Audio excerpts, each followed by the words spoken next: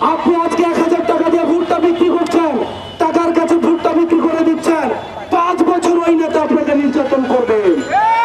যেই জন্য আমরা নতুন সংবিধানের কথা বলছি, বিদ্যমান যে সংবিধান সেই সংবিধানে শেখ হাসিনা আমাদের নিজেদের নাগরিক, বাংলাদেশের নাগরিককে গুম করেছে, খুন করেছে, এই ব্যবস্থা আমরা আর চাই না। আমাদের দেশের নেতারা রাস্তার টাকা খেয়ে ফেলে, আমাদের দেশের নেতারা টেন্ডারবাজি করে, আমাদের দেশের নেতারা গরিবের সম্পদ লুণ্ঠন করে, আর আমাদের দেশের ভোটাররা ভোট বিক্রি করে দেয়।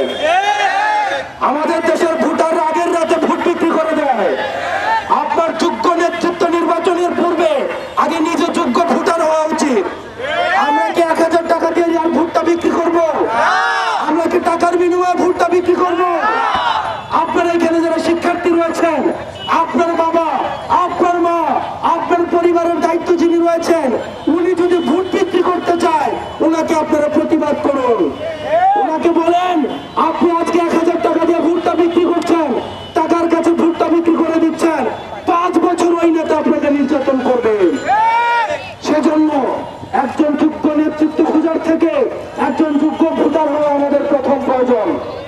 এজন্য আমাদের সবাইকে সচেতন হতে হবে।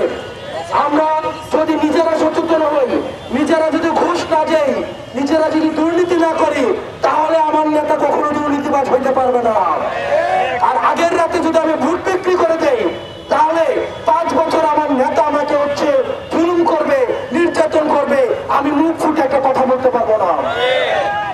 সেজন্য আমাদের নিজেদেরকে আগে সৎ হতে হবে এবং আগামী নির্বাচনে যারা যোগ্য নেতৃত্ব, তাদেরকে আপনারা ভোট দিবেন।